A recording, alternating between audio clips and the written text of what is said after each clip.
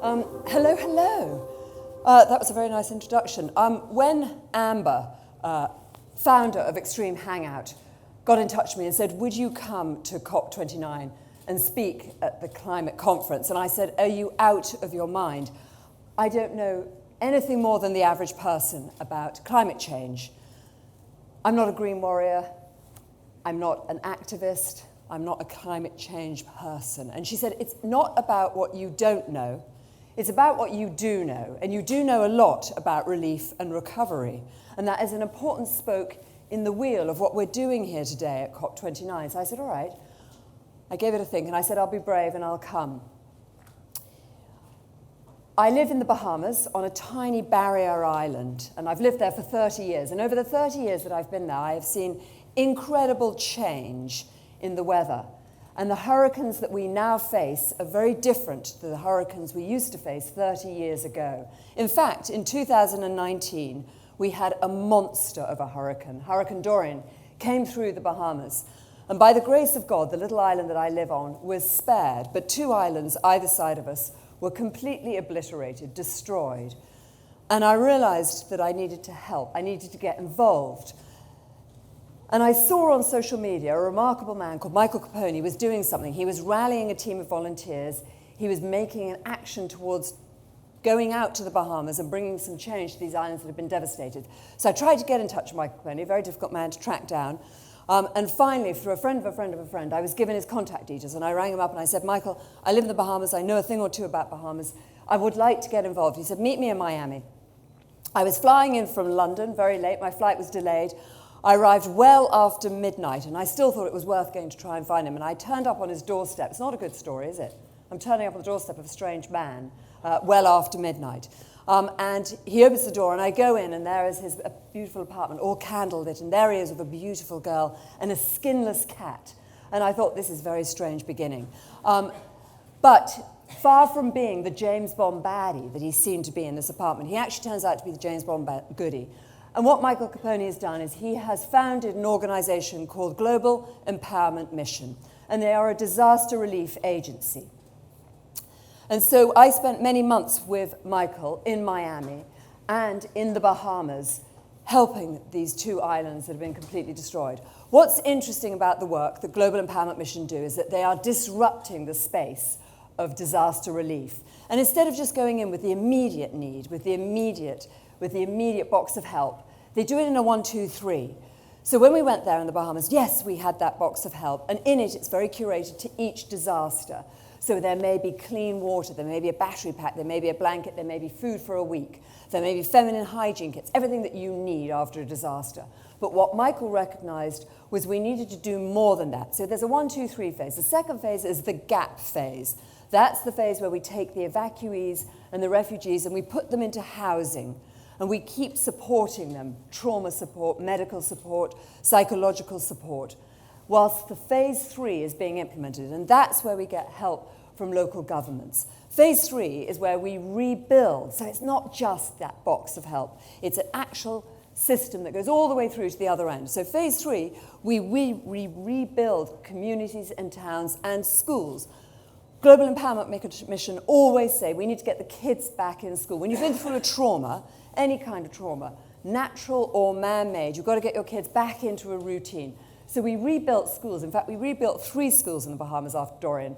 And we don't rebuild them just as a school. We rebuild them as a hurricane center, as a community center. So God forbid another hurricane comes through, these people have somewhere to go. But the other thing that Michael Capone and Global Empowerment Mission are doing is empowering communities so that local leaders, local authorities, individuals, stakeholders all have a voice in the way that their communities are being rebuilt. It's brilliant. It's brilliant. They feel ownership of what's happening. We may raise the money and start the program, but they are very much in control of it. The other thing that Michael does is he understands about smart partnerships. He was a nightclub promoter in Miami Beach, the king of Miami Beach, and he realized that if you got smart partnerships in, you could be more nimble, more active, more efficient. And so we do a lot of smart partnerships. Let me give you an example. Conrad is in the room with me today, and I were in Morocco after those earthquakes. Michael gave me a call. He was very busy in Maui dealing with that natural disaster. He said, could you meet the team on the ground in Marrakesh, go out and help? Earthquakes have been up there in the mountains. We didn't know what we were going to expect. It's always chaos after a disaster happens. We meet the team. We go 16 hours up into the mountains. It's cold. We're covered in dust. It's chaos. We use local intel on the ground to tell us which community's in need. What is it that they need? What have they lost? How can we help? And at the top of one of these mountains, I got a tiny bit of cell phone coverage, and there was a call from Michael, and he said, meet Richard Branson. And I said, what? He said, meet Richard Branson. I said, what is he talking about?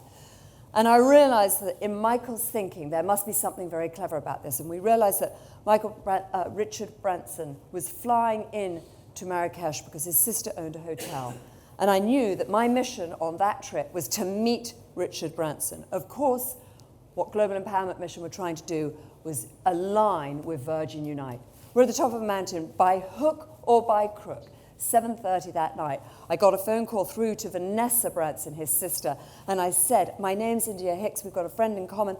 She said, if you want to meet Michael, you've got to be here at a certain hour, a certain time. We managed to get ourselves off the top of this crazy mountain. It was an incredible journey all the way back down. We're running through the Medina of Marrakesh to the door of this boutique hotel, and there, at the appointed time, Conrad and I, in our Global Empowerment Mission uniforms, covered in dirt and dust, went into this beautiful oasis of this hotel, got up to the rooftop, and there was Richard Branson.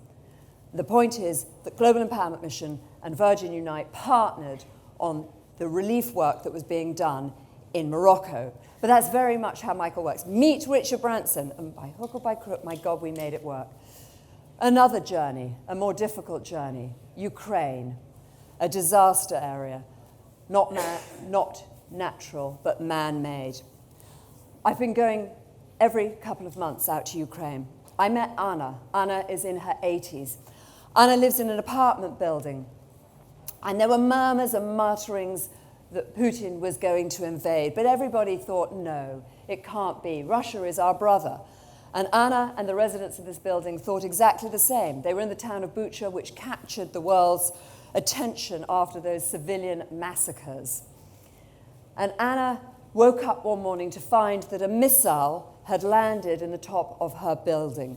There was fire, there was chaos, there were sirens, and the priest who lived in the apartment building with her got Anna and the rest of the residents out and took them out into safety, down into the street. And he said, we must go to my church. And 2 streets away, they went to the church. And this priest hid for 15 days, 187 members of his congregation. And down there, in the basement of this church, he sheltered people, but he gave them hope. And hope is a very important part of humanitarians' work. Those boxes of aid that we give out, and in Ukraine now we're giving out 55,000 boxes a week, it signifies hope. In the basement, during those early days of the occupation in Bucha, they were terrified. They had no light. They were in darkness. They were freezing cold. The priest was looking after a pregnant woman, a man in a wheelchair, families, children. They had to be quiet. They were frightened the Russians were coming. And the Russians did come. On day 12, there was a banging on the church door, and the priest went up with his daughter on his hip. She was 4 years old and wearing a pink T-shirt. And they went to the door, and the Russians said, we know you're down here. We know you're harboring people. Bring us someone wearing black. And the priest went back down into the basement. He didn't know what was going to happen, but he knew that there were Russians with machine guns at the top of the stairs, and he found someone wearing black, and they went back out, and they were shot. And his daughter was crying on his hip, and he was saying, I'm reassuring her. He was telling me this. I'm reassuring her she's wearing pink. She's wearing pink. The Russians were just playing with them. War is disgusting. What's happening in Ukraine is unbelievable. But what Global Empowerment doing in Ukraine is extraordinary. They are empowering communities out there. We go right out to the front line. Missiles are all around us. We feel the tremors under our feet. And we go down into these bunkers, right down where there are communities of people living. They've got stuck. They cannot leave. They don't want to leave. Some of them are pregnant. They've been living down there for 2 years. And without the help and the support of global empowerment mission, these people, I don't think, would have a chance of survival. All the other agencies have pulled out of Ukraine, but 2 years in, Global Empowerment Mission are still there with an extraordinary program that's not just the immediate aid. It's like what we did in the Bahamas. It's a continuous program, the phase 1, 2, and 3. We now have an extraordinary system that's called Farm to Frontline. We give farmers seeds, and farmers plant these and grow crops, harvest the crops, and sell them back to us. We package these and put them in the boxes that then get back out to the front line.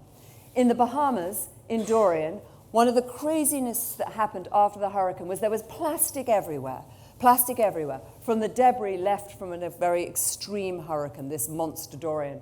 But also the aid coming in from Miami brought more plastic onto the island than was there before. And Global Empowerment realized we need to have a smart partnership here. And we aligned ourselves with something called For Hope. And For Hope brought the plastic off us, took it back to Miami to recycle. But also what we did was we employed the kids who were out of school to pick up the plastic. 500 80-gallon bags of plastic were picked up by these kids out of school during that time. It gave them something to do. It gave them a focus while we were rebuilding the schools. So these smart partnerships are very key in this disruptive way of looking at relief and recovery. And this is what Global Empowerment Mission are doing. In Ukraine, we also have a window program, a very smart window program. When a building is bombed, it may be completely destroyed, uninhabitable, and the buildings around it will also suffer, and their windows may be shattered and they may lose their windows. But that doesn't mean that the building is uninhabitable. We want to keep people in their homes as long as possible. Otherwise, you're facing more of an evacuee crisis. So now we have a very smart program where we employ Ukrainian builders to be rebuilding the windows. So you can see what we're doing at Global Empowerment Mission. Michael Capone is disrupting a space with these ideas of empowering people and smart partnerships, and we're making a real difference. Of course, what I began by saying here was that I'm not a Green Panther. I'm not a climate activist. I'm not the perfect warrior, but I do get involved. And relief and recovery is a big thing at the moment. And if I could leave you with anything, I would leave you with this, that inaction today will only lead to more recovery tomorrow, more relief recovery. We must take action today, however you can, wherever that can be. Thank you very much indeed for having me.